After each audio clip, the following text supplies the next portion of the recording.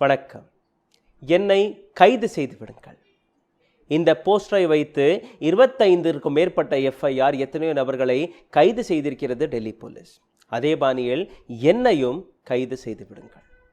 நீங்கள் உங்களுடைய ஸ்க்ரீனில் பார்த்து கொண்டு இருக்கும் இந்த போஸ்டர் கடந்த 24 மணி நேரத்தில் எத்தனையோ நபர்கள் இதே போஸ்டரை ரீட்வீட் செய்திருக்கிறார்கள், தன்னுடைய சோஷியல் மீடியா பக்கத்தில் பகிர்ந்திருக்கிறார்கள். #ArrestMeToo என்று என்னையும் கைது செய்து விடுங்கள்.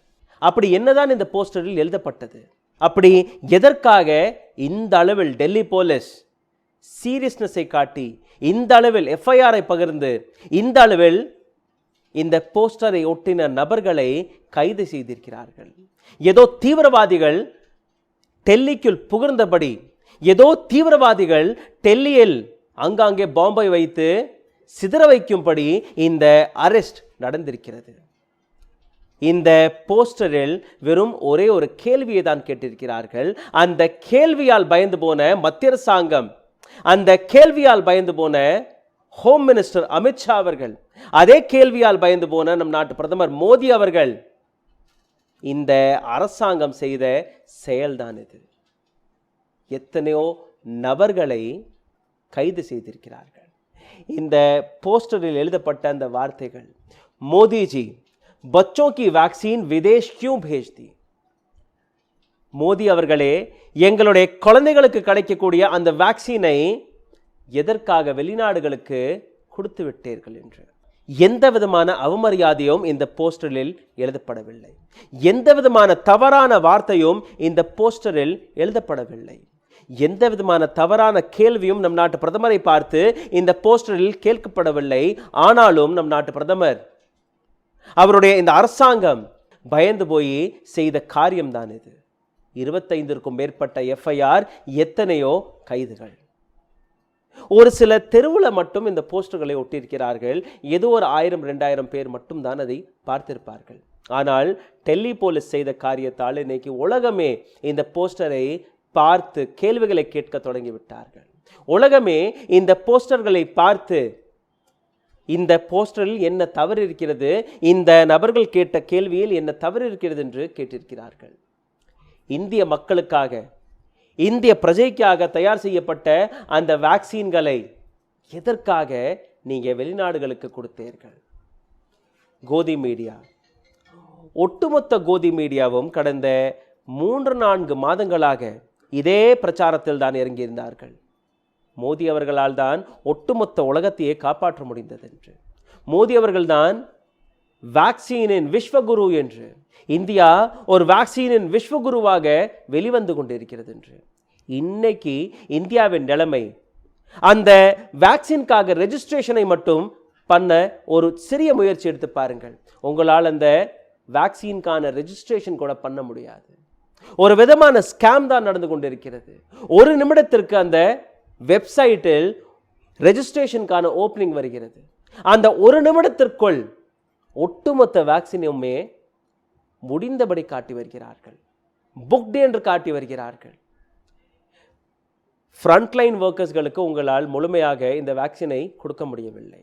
60 வயதிற்கு மேற்பட்ட நபர்கள், அவர்களுக்கும் இந்த வேக்சினேஷனை முழுமையாக கொடுக்க முடியவில்லை. 45 வயதிற்கு மேற்பட்ட நபர்களுக்கு நாங்கள் வேக்சினேஷனை வழங்க இருக்கிறோம், அவர்களுக்கும் முழுமையாக உங்களால் இந்த வேக்சினேஷனை கொடுக்க முடியவில்லை. இது போன்ற கேள்விகள் வெளிவர தொடங்கியவுடன் ஒட்டுமொத்த இந்த வேக்சினேஷன் ப்ரோக்ராமையே நான் சென்ட்ரலைஸ் செய்து ஒட்டுமொத்த இந்தியாவிற்கே நான் தான் வேக்சினேஷனை கொடுப்பேன் என்று நம் நாட்டு மத்திய அரசாங்கம் மோடி அவர்கள் கூறி வந்தார். இந்த வேக்சினேஷன் டிரைவ் அவருக்கு எதிராக மாறியவுடன், தவறாக மாறியவுடன், இவரால் அந்த வேக்சினேஷனை கொடுக்க முடியாத போது அந்த சென்ட்ரலைசேஷன் என்கிற பெயரை மாற்றிவிட்டு அதை அப்படியே மாநில அரசாங்கத்தின் பக்கம் திருப்பி விட்டார் இந்த நபர். நேரடியாக மாநில அரசாங்கங்கள், நீங்களே இந்த வேக்சினேஷனை வாங்கிக் கொள்ளுங்கள், நீங்களே இந்த வேக்சினேஷனுக்கான அனைத்து ஸ்டெப்ஸ்களையுமே மெஷர்ஸ்களையும் எடுத்து விடுங்கள், நாங்கள் மத்திய அரசாங்கம் எந்த விதத்திலுமே இதற்கான ரெஸ்பான்சிபிலிட்டியை எடுத்துக்கொள்ள தயாராகவில்லை. மீண்டும் ஒரு முறை இதே போன்ற கேள்விகள் வெளிவந்தவுடன் 18 வயதிற்கும் மேற்பட்ட நபர்களுக்கும் நாங்கள் வேக்சினேஷனை கொடுக்க போறோம் என்று ஒரு அறிக்கை வெளியிட்டு விட்டார். உங்களிடம் வேக்சினேஷனே இல்லாத போது முதலில் வெளிநாடுகளுக்கு கொடுத்தது தவறு. இன்னொரு புறம் அந்த வேக்சினேஷனுக்கான ப்ரொடக்ஷனை அதிகரிக்காமல் ஒட்டுமொத்த இந்தியாவிற்கே அந்த வேக்சினேஷன் டிரைவை திறந்து விட்டீர்கள். இன்னைக்கு உங்களால் அந்த வேக்சினேஷன் கொடுக்க முடியாத போது இது போன்ற கேள்விகள் போஸ்டர் வடிவமாக வரும்போது அந்த போஸ்டர் யார் அடித்தார், எங்கு அடித்தார்கள், யாரால் அடிக்கப்பட்டது, அந்த போஸ்டருக்கு பின்னாடி இருக்கும் நபர்கள் யார், அவர்களை நீங்க கைது செய்து வருகிறீர்கள். அவர்கள் மீது ஒரு தீவிரவாதிகளை எப்படி தேடி அவரை கண்டுபிடித்து அவர்களை அரெஸ்ட் பண்ணுவீர்களோ அதே பாணியில் தான் நேற்று டெல்லி முழுவதும் இந்த எஃப்ஐஆர்கள் போட்டு அவர்களை கைது செய்திருக்கிறீர்கள். சிந்தித்து பாருங்கள். இந்த அரசாங்கத்தின் நிலைமையை, நம் நாட்டு மக்களின் நிலைமையை, நம் நாட்டு ராஜாவை பார்த்து, நம் நாட்டு அரசாங்கத்தை பார்த்து எந்த விதமான கேள்வியும் கேட்டுவிடக்கூடாது. டெல்லி போலீஸ் எந்த அளவில் செயல்பட்டிருக்கிறார்கள் அதையும் கொஞ்சம் பாருங்கள். ராஜாவை பார்த்து ஒரு கேள்வி கேட்டதால் ராஜாவையே பார்த்து, கடவுளையே பார்த்து நீங்க கேள்வி எப்படி கேட்க முடியும்? இவ்வளோ பெரிய குற்றத்தை உங்களால் எப்படி செய்ய முடியும் என்கிற அந்த விஷயத்தை தன்னுடைய ராஜாவை குஷிப்படுத்துவதற்காக, தன்னுடைய ராஜாவை சந்தோஷப்படுத்துவதற்காக இந்த அரெஸ்ட் நடந்திருக்கிறது. ஒட்டுமொத்த டெல்லியில், பூர்வி டெல்லியில் 3 எஃப்ஐஆர்கள் 2 நபர்களை கைது செய்திருக்கிறார்கள். சவுத் டெல்லியில் 3 எஃப்ஐஆர்கள் 5 நபர்களை கைது செய்திருக்கிறார்கள். அவுட்டர் ரிங் ரோடு, அவுட்டர் டெல்லியில் 3 எஃப்ஐஆர் 3 நபர்களை கைது செய்திருக்கிறார்கள். நார்த் சவுத் டெல்லியில் 4 எஃப்ஐஆர் 2 அரெஸ்ட் நடந்திருக்கிறது. சென்ட்ரல் டெல்லியில் 2 எஃப்ஐஆர் 4 பேர் அரெஸ்ட் செய்யப்பட்டிருக்கிறார்கள். ரோஹிணி என்கிற இடத்தில் 2 எஃப்ஐஆர், சவுத் டெல்லியில் 2 எஃப்ஐஆர், கல்யாண்பூரி என்கிற இடத்தில் 4 எஃப்ஐஆர், தக்ஷின் பூர்வி தில்லியில் இன்னும் ஒரு சில எஃப்ஐஆர்கள், துவார்கால 2 எஃப்ஐஆர்கள், 2 பேர் கைது. சிசிடிவி அலசியிருக்கிறார்கள். எங்கெல்லாம் இந்த போஸ்டரை யாரெல்லாம் ஒட்டினார்களோ, இதில் student, auto rickshaw driver, cycle rickshaw driver, தினதோறும் அந்த கூலி தொழிலாளர்கள், அவர்கள் தான் இந்த போஸ்டர்களை ஒட்டியிருக்கிறார்கள். ஆம் ஆத்மி பார்ட்டி ஒரு சில நபர்களிடம் இந்த போஸ்டர்களை கொடுத்து, உங்களுக்கு 400 ரூபாய் கொடுக்கிறோம், உங்களுக்கு 600 ரூபாய் கொடுக்கிறோம், வேலையே கிடைக்காமல் பையில் பணமில்லாத காரணத்தால் யார் எதை சொன்னாலும் நம் நாட்டு மக்கள் இன்னைக்கு இறங்கி அந்த வேலையை பார்க்க தொடங்கி விட்டார்கள். இந்த கேள்வியில் எந்த விதமான தவறும் அல்ல. ஆனால் ஒரு அரசியல் கட்சி இன்னொரு அரசியல் கட்சியை பார்த்து இது போன்ற போஸ்டரை ஒட்டிவிடுங்கள், இது போன்ற கேள்விகளை ஒட்டிவிடுங்கள் என்று கூறியிருக்கிறார்கள். அந்த சின்ன பணத்திற்கு ஆசைப்பட்டு 500 ரூபாய், 400 ரூபாய், 600 ரூபாய்க்கு ஆசைப்பட்டு இந்த நபர்கள் இந்த போஸ்டர்களை ஒட்டியிருக்கிறார்கள். அந்த அரசியல் கட்சியை பார்த்து எந்த விதமான எஃப்ஐஆரும் அல்ல. இந்த நபர்கள் நீங்க எப்படி இந்த வேலையை பார்க்கலாம் என்று டெல்லி போலீஸ் அவர்களை கைது செய்திருக்கிறது. இதை பார்த்து ஒட்டுமொத்த பொலிட்டிக்கல் சர்க்கிள், ஒட்டுமொத்த அரசியல்வாதிகளும் இந்த போஸ்டரை தன்னுடைய ட்விட்டர் பக்கத்தில் பகிர்ந்து தன்னுடைய இதே கேள்வியை அரசாங்கத்தை பார்த்து, பிரதமரை பார்த்து கேட்க தொடங்கிவிட்டார்கள். என்னையும் கைது செய்து விடுங்கள், எங்களுடைய குழந்தைகளுக்கு தயார் செய்யப்பட்ட இந்த வேக்சினை எப்படி உங்களால் வெளிநாடுகளுக்கு கொடுக்க முடியும் என்று. ராகுல் காந்தி இதே போஸ்டரை தன்னுடைய ட்விட்டர் பக்கத்தில் போட்டு அதை பகிர்ந்திருக்கிறார், என்னையும் கைது செய்து விடுங்கள் என்ற அந்த ஹேஷ்டேக்குடன். பிரியங்கா காந்தி தன்னுடைய டிபியிலேயே இந்த போஸ்டரை வைத்து ஒரு ஹேஷ்டேகையும் சேர்த்திருக்கிறார், அரெஸ்ட் மீ டூ. இதற்கு பின் சிதம்பரம் அவர் போட்ட ஒரு tweet, celebrate India is a free country, there is freedom of speech, expect when you can ask question to our honorable prime minister. That is why Delhi police arrested 24 person for allegedly posting a poster. India ஒரு சுதந்திரமான நாடு. இந்தியாவில் பேச்சுரிமை இருக்கிறது, பேச்சு சுதந்திரம் இருக்கிறது. அதனால்தான் பிரதமர் அவர்களை பார்த்து ஒரு சிறிய கேள்வி கேட்ட ஒரே ஒரு காரணத்தால் 24 நபர்களை டெல்லி போலீஸ் கைது செய்திருக்கிறது. சிதம்பரம் போட்ட இந்த ட்வீட். இன்னொரு வீடியோவை நீங்க பார்க்க வேண்டும். இந்த நபர் எந்த அளவில் நம் நாட்டு பிரதமரை பார்த்து இதே போஸ்டரை பற்றி இதே கேள்விகளை கேட்டிருக்கிறார். என்னுடைய ஆக்சிஜன் எங்க, என்னுடைய வென்டிலேட்டர் எங்க, என்னுடைய ஐசியூ பெட் எங்க, என்னுடைய வேக்சினேஷன் எங்க? இதே கேள்வியை தான் இன்னைக்கு ஒட்டுமொத்த இந்திய மக்கள் கேட்டு வருகிறார்கள். கடந்த 4 நாட்களாக நான் பர்சனலாக குறைஞ்சபட்சம் 2 மணி நேரம் இந்த வெப்சைட்டில் உட்கார்ந்திருக்கிறேன். இந்த வேக்சினேஷனுக்காக ஒரு ரெஜிஸ்ட்ரேஷன் எப்படியாவது நடந்துவிட வேண்டும்.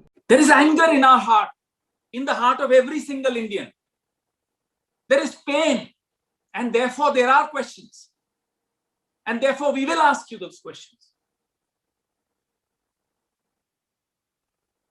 Or you make a rule, and that rule should be applicable on dead bodies also, that no dead body will be consigned to flames or will be buried until they all applaud you, until they all say Wah Modi Wah. Why this insult to the living? Why this insult to the dead? Because the dead don't attend rallies? Because the dead can't applaud you? Because the dead can't give you a vote? On behalf of the lakhs and lakhs of people who died before their time, on behalf of those living in worry, tension, stress, sorrow, grief, anger, we'll ask you, where is my vaccine? We'll ask you, why did you sell my vaccine, the vaccine that belonged to me, my family, my children? Why did you sell that vaccine abroad?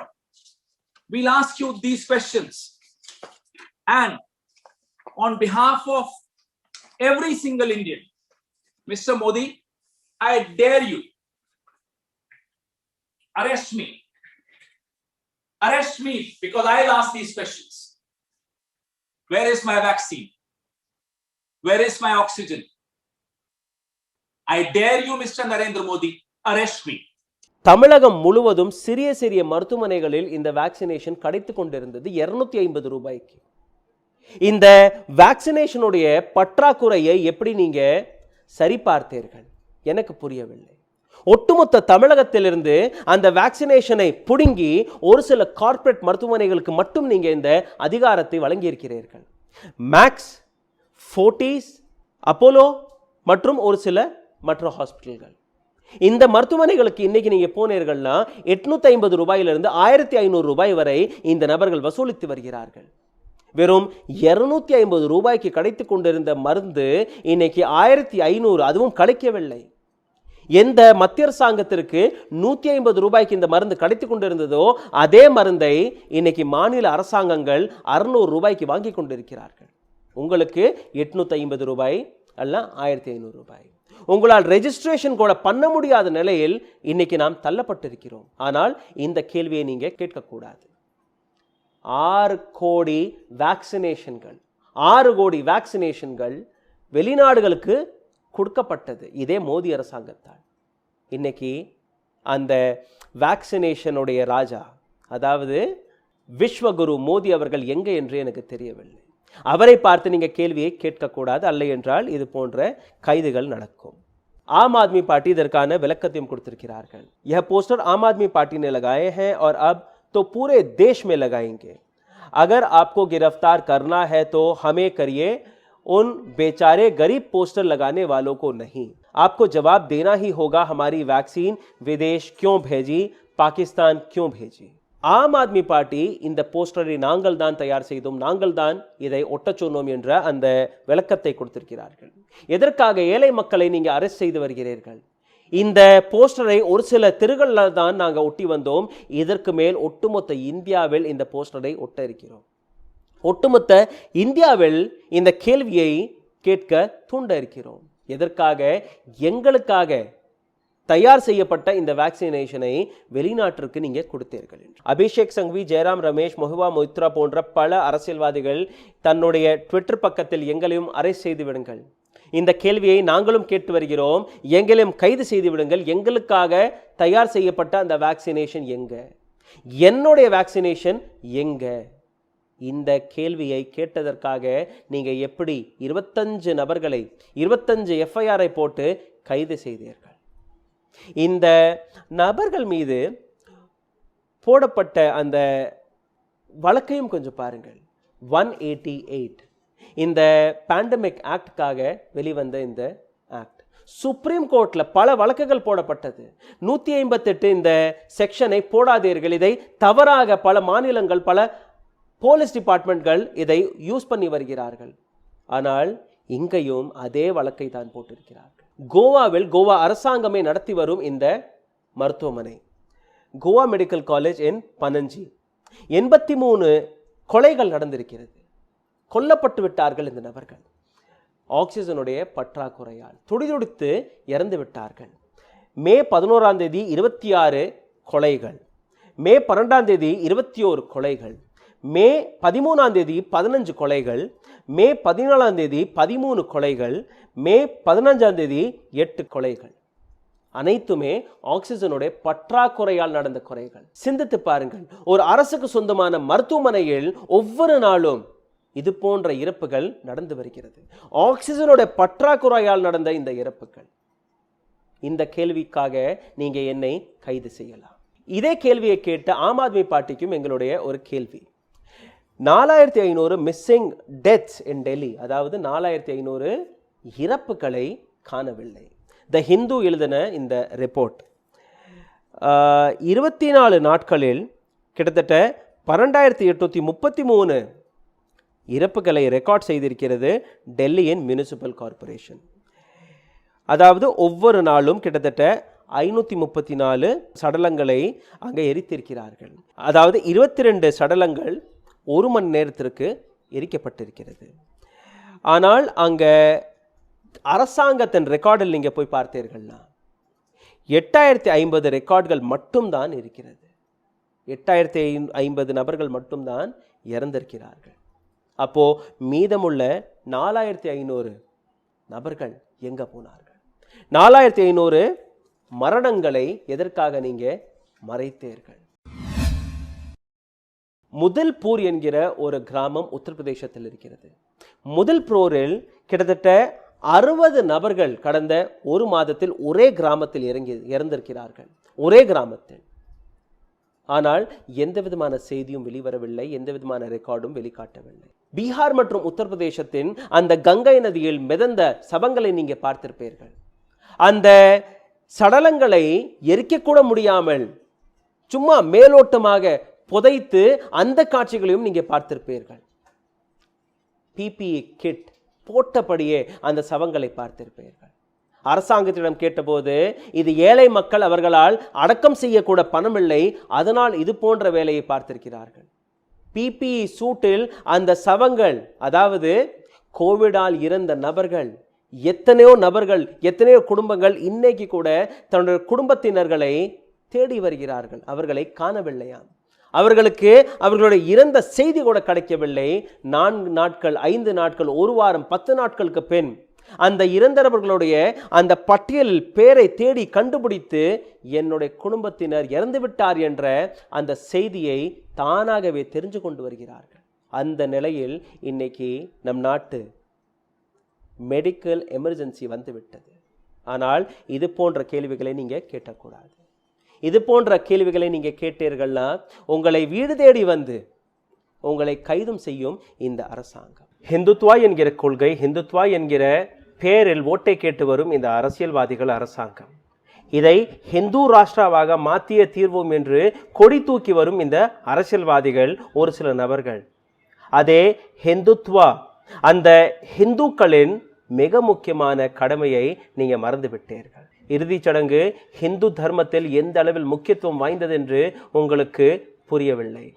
அதனால்தான் இது போன்ற சடலங்களை அவமரியாதை செய்து, இது போன்ற சடலங்களை நீங்க தூக்கி வீசி வருகிறீர்கள். ஆனால் இதை பற்றி யாருமே எந்த விதமான கேள்வியும் கேட்க மாட்டார்கள். இதை பற்றி இந்த ஹிந்துத்வா கொள்கையை பரப்பி வரும் நபர்கள் பேச மாட்டார்கள். டெல்லியில் மட்டும் 100க்கும் மேற்பட்ட வேக்சினேஷன் சென்டர்ஸ்களை மூடிவிட்டார்கள். சென்னையில் எத்தனையோ வேக்சினேஷன் சென்டர்ஸ்கள் இருந்தது, அனைத்தையும் மூடிவிட்டார்கள். மும்பையில் இதே போன்ற வேக்சினேஷன் சென்டர்ஸ்களை மூடிவிட்டார்கள். ஒரு சில இடங்களில் மட்டும்தான் வேக்சினேஷன் இன்னைக்கு கிடைத்துக் கொண்டிருக்கிறது. 200 கோடி வேக்சினேஷன்கள் ஒரு சில மாதங்களில் வந்துவிடும் என்று இந்த அரசாங்கம் அந்த அறிக்கையை வெளிவிட்டிருக்கிறார்கள். நம் நாட்டு மத்திய அரசாங்கத்தின் வழியாக இந்த வேக்சினேஷன் கிடைக்கவில்லை. ஒவ்வொரு மாநிலமும் குளோபல் டெண்டரை வெளிவிட்டு தன்னுடைய மக்களை நாங்கள் தான் காப்பாற்ற வேண்டும், எங்களால் தான் இந்த மக்களை காப்பாற்ற முடியும் என்று ஃப்ரண்ட் லைனில் இறங்கி இன்னைக்கு ஒவ்வொரு மாநிலமும் இதற்கான குளோபல் டெண்டரை வெளிவிட தொடங்கிவிட்டார்கள். நம் நாட்டு மத்திய அரசாங்கம் எதுவுமே செய்யவில்லை. 1000 கோடி ரூபாய் இதை வேக்சினேஷனுக்கான அந்த ரீசர்ச்காக நாங்கள் ஒதுக்கிவிட்டோம் என்று நிர்மலா சீதாராமன் மற்றும் மோடி அவர்கள் கூறிவிட்டார். ஆனால் அந்த 1000 கோடி ரூபாய் எங்க செலவு செய்தீர்கள்? அந்த 1000 கோடி ரூபாய் எந்த ஆய்விற்காக நீங்க யூஸ் பண்ணீர்கள்? எந்த ரிசர்ச் அண்ட் டெவலப்மெண்ட் ஃபெசிலிட்டியை நீங்க கொண்டு வந்தீர்கள் என்ற எந்த விதமான இன்ஃபர்மேஷனும் வெளிவரவில்லை. அந்த 1000 கோடி ரூபாய் எங்க செலவானது கூட யாருக்குமே தெரியவில்லை. பிஎம் கேர்ஸில் வென்டிலேட்டர்ஸ்களை வாங்கிவிட்டோம். ஃபெயிலான வென்டிலேட்டர்ஸ்கள், கோளாறான வென்டிலேட்டர்ஸ்கள், ரிப்பேர்டான வென்டிலேட்டர்ஸ்களை ஒவ்வொரு மருத்துவமனைகளுக்கு கொடுத்து வந்திருக்கிறீர்கள். 85 வென்டிலேட்டர்கள் ஒரே மருத்துவமனைக்கு கொடுக்கப்பட்டது. அதிலிருந்து 65 வென்டிலேட்டர்கள் பிஎம் கேர் பணத்தால் வாங்கப்பட்ட அந்த வென்டிலேட்டர், பிஎம் உடைய அந்த ஸ்டிக்கர் ஒட்டி இருக்கிறது, அவருடைய படம் ஒட்டி இருக்கிறது, பிஎம் கேர்ஸ் என்கிற அந்த அடையாளம் ஒட்டி இருக்கிறது. 85 வென்டிலேட்டர்களிலிருந்து 65 வென்டிலேட்டர்கள் ரிப்பேர்ட் நிலையில் அந்த மருத்துவமனைக்கு கொடுக்கப்பட்டிருக்கிறது. தமிழகத்தை சார்ந்த ஒரு வென்டிலேட்டர் தயாரிக்கும் கம்பெனி, அந்த கம்பெனியை நீங்க தரமான வென்டிலேட்டரை தயார் செய்யவில்லை, அதை ரிஜெக்ட் செய்து விட்டார்கள். அதே வென்டிலேட்டர் கம்பெனி 10 லட்சம் வென்டிலேட்டர்களை இதே பிஎம் கேருக்கு கொடுத்திருக்கிறது. ரிப்பேர்டான வென்டிலேட்டர்கள் எத்தனையோ கம்பெனிகள் இந்த பிஎம் கேர்ஸில் கொடுத்திருக்கிறார்கள். மக்களுக்கான அந்த உயிருக்கான உத்தரவாதம் என்ன? கேள்விகளை கேட்கக்கூடாது. இந்த கேள்விகளை கேட்டால் என்னையும் கைது செய்து விடுவார்கள். அதனால்தான் அந்த ஹேஷ்டேக் அரெஸ்ட் மீ டூ என்கிற இந்த வார்த்தை கடந்த 2 நாட்களாக ட்ரெண்ட் ஆகி வருகிறது. எந்த போஸ்டரை இவர்கள் மறைக்க பார்த்தார்களோ, எந்த போஸ்டரை காட்டி மக்களை பயமுறுத்த பார்த்தார்களோ, அந்த போஸ்டரையே காட்டி இன்னைக்கு மக்கள் இந்த அரசாங்கத்தை பயமுறுத்த தொடங்கிவிட்டது. இந்த அரசாங்கம் செய்த செயலை வெளிக்கொண்டு வர தொடங்கிவிட்டது. இந்த அரசாங்கத்தின் அந்த தவறான முகத்தை கிழிக்க தொடங்கிவிட்டது. சென்ட்ரல் விஸ்தா ப்ராஜெக்டில் 20,000 கோடி ரூபாயை நாங்கள் செலவு செய்வோம். ஆனால் இந்த நாட்டின் வேக்சினேஷனுக்காக தேவைப்படும் அந்த 1000 கோடி ரூபாய்க்கான விளக்கத்தை கூட நாங்கள் கொடுக்க மாட்டோம். அனைத்தையுமே 2 பிரைவேட் கம்பெனிகளை நம்பி 130 கோடி மக்களுடைய உயிருடன் விளையாண்டிருக்கிறது இந்த அரசாங்கம். எந்த விதமான பிளானிங்கும் அல்ல, எந்த விதமான ரிசர்ச் அண்ட் டெவலப்மெண்ட்டும் அல்ல, வேக்சினேஷன் எங்கே என்கிற அந்த கேள்விக்கான விடயமும் அல்ல. மனதில் என்ன வருகிறதோ, வாயில் என்ன வருகிறதோ அதன்படி இந்த நபர்கள் செயல்பட்டு வருகிறார்கள். 60 வயதிலிருந்து 45 வயது, 45 வயதிலிருந்து இன்னைக்கு 18 வயதிற்கு மேற்பட்ட நபர்களுக்கு நாங்கள் வேக்சினேஷனை கொடுக்கிறோம் என்ற அந்த அறிக்கைக்கு பின் இன்னைக்கு வேக்சினேஷன் எங்கே என்கிற அந்த கேள்விக்கான விடயம் இந்த நபர்களால் கொடுக்க முடியவில்லை. அதனால்தான் இந்த நபர்கள் ஒளிந்து இது போன்ற செயலில் இறங்கிவிட்டார்கள். கேள்வி கேட்டால் உங்களை சிறையில் அடைத்து விடுவோம். நம் நாட்டு கடவுள், நம் நாட்டு ராஜாவை பார்த்து கேள்விகளை கேட்கக்கூடாது. சிந்தித்து பாருங்கள். தைரியம் இருந்தால் என்னையும் கைது செய்து விடுங்கள். நன்றி, வணக்கம்.